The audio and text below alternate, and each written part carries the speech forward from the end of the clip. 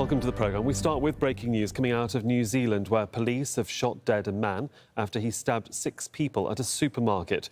The government's calling it an ISIL Inspired attack.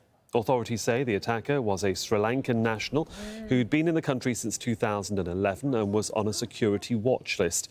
Video posted online showed panicked shoppers fleeing the scene at a shopping mall in the city of Auckland. 3 of the injured are in a critical condition. What happened today was despicable, it was hateful, it was wrong.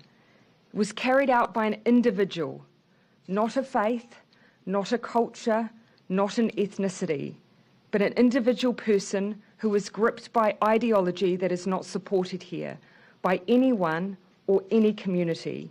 He alone carries the responsibility for these acts. Let that be where the judgment falls. Jordan Rudd is a journalist with Television New Zealand, joins me now from the scene in Auckland. Slight delay on the line because of the satellite link. But Jordan, good to have you with us on the programme. Still a heavy police presence at the scene of the attack, so the investigation continues.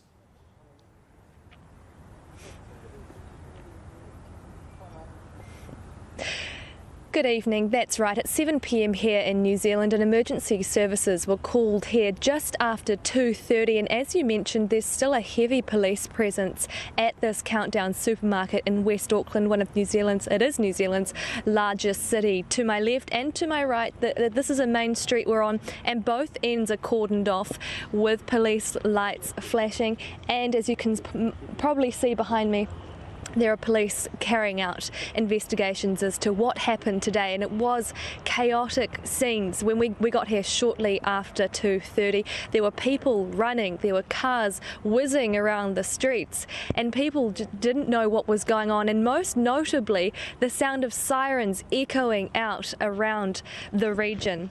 There was confusion too. People didn't know what was going on. They were asking me, do you know what's happening? They were taking videos and they didn't actually know what they were recording. That was until cars started filing out of this main car park here, and the people in those cars started sharing their stories as to the shocking scene they had just witnessed. Now tonight there are 6 people across 3 Auckland hospitals. 3 of those are in a critical condition, the other 3 moderate. So as you can see, police are remaining here and probably will be very late into the night to try and piece together exactly what's happened. Indeed, the Prime Minister has already made a statement in front of national television. The authorities seem very clear on their actions, but there are still many questions that remain unanswered.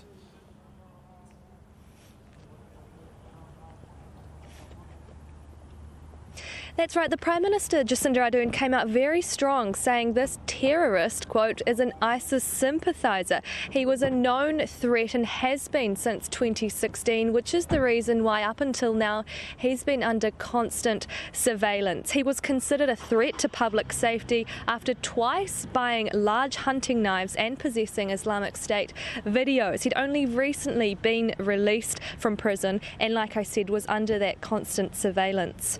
Now, Prime Minister Jacinda Ardern told the media, she was quite strong on this one, that the attack was carried out by an individual, not a faith, not a culture, not an ethnicity, but an individual person gripped by an ideology that is not supported here by anyone.